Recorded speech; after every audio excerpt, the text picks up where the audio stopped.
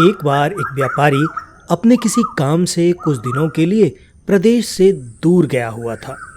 जब वो अपना काम खत्म करके घर पहुंचा तो देखता है कि उसकी पूरी तिजोरी खाली है। उसकी मेहनत की सारी कमाई चोरी हो चुकी है। व्यापारी घबरा गया और उसने अपने घर के सारे नौकरों को बुलाया। व्यापारी के घर में कुल 5 नौकर थे। व्यापारी की एक आवाज़ पर सारे नौकर उसके सामने आकर खड़े हो गए। व्यापारी ने उनसे पूछा, तुम लोगों के होते हुए इस घर में इतनी बड़ी चोरी कैसे हो गई? जब चोर आकर मेरी पूरी तिजोरी साफ कर गया उस समय कहाँ थे सबके सब? एक नौकर ने जवाब दिया, हमें पता नहीं यह चोरी कब हुई मालिक, हम तो सो रहे थे। उसकी ये बात सुनकर व्यापारी गुस्से से आग बबूला हो उठा और बोला, मुझे तो लगता है तुम 5 में से किसी एक ने ही चोरी की है। तुम्हारा हिसाब अब बादशाह अकबर ही करेंगे। ये कहता हुआ वो महल की ओर चल पड़ा। बादशाह अकबर अपने दरबार में बैठकर जनता की समस्याएं सुन रहे थे कि तभी व्यापारी वहां आ पहुंचा। व्यापारी ने कहा, न्याय हुजूर, न्याय, मेरी समस्या को दूर करें। बादशाह ने पूछा, क्या हुआ?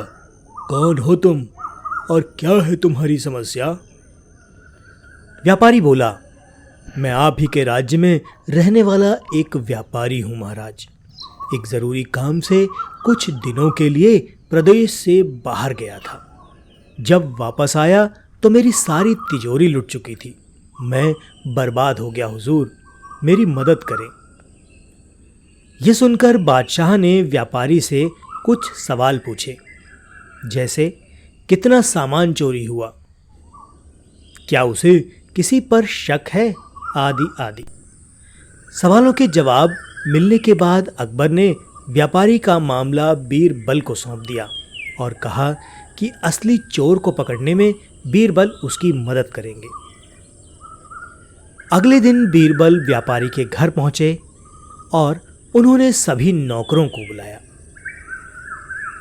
उन्होंने नौकरों से पूछा कि चोरी की रात वो सभी कहाँ थे। सभी ने कहा कि वो व्यापारी के घर में ही रहते हैं और उस रात भी व्यापारी के घर में ही सो रहे थे। बीरबल ने उनकी बात मान ली और कहा, आप सभी को परेशान होने की ज़रूरत नहीं है। मेरे हाथ में ये 5 जादुई लकड़ियां हैं। मैं आप सभी को एक एक लकड़ी दूंगा। जो भी चोर होगा उसकी लकड़ी आज रात 2 इंच लंबी हो जाएगी और चोर पकड़ा जाएगा। हम सभी कल यहीं मिलेंगे। ये कहकर बीरबल ने सबके हाथ में एक एक लकड़ी पकड़ाई और वहां से चलते बने। दिन ढल गया। अगले दिन बीरबल फिर से व्यापारी के घर पहुंचे और उन्होंने सभी नौकरों को अपनी अपनी लकड़ी के साथ बुलाया।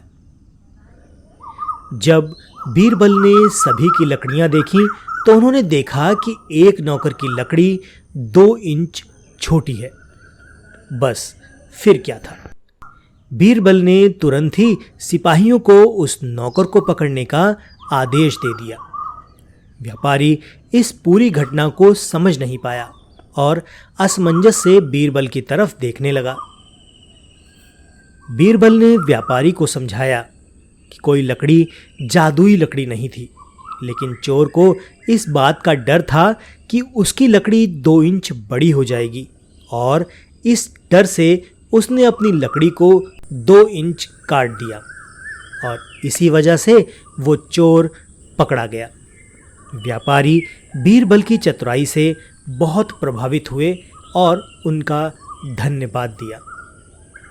तो दोस्तों, इस कहानी से हमें ये सीख मिलती है कि गलत काम चाहे जितना भी चतुराई से किया जाए, लेकिन वो सभी की नज़रों में आ ही जाता है और उसका अंजाम हमेशा बुरा ही होता है।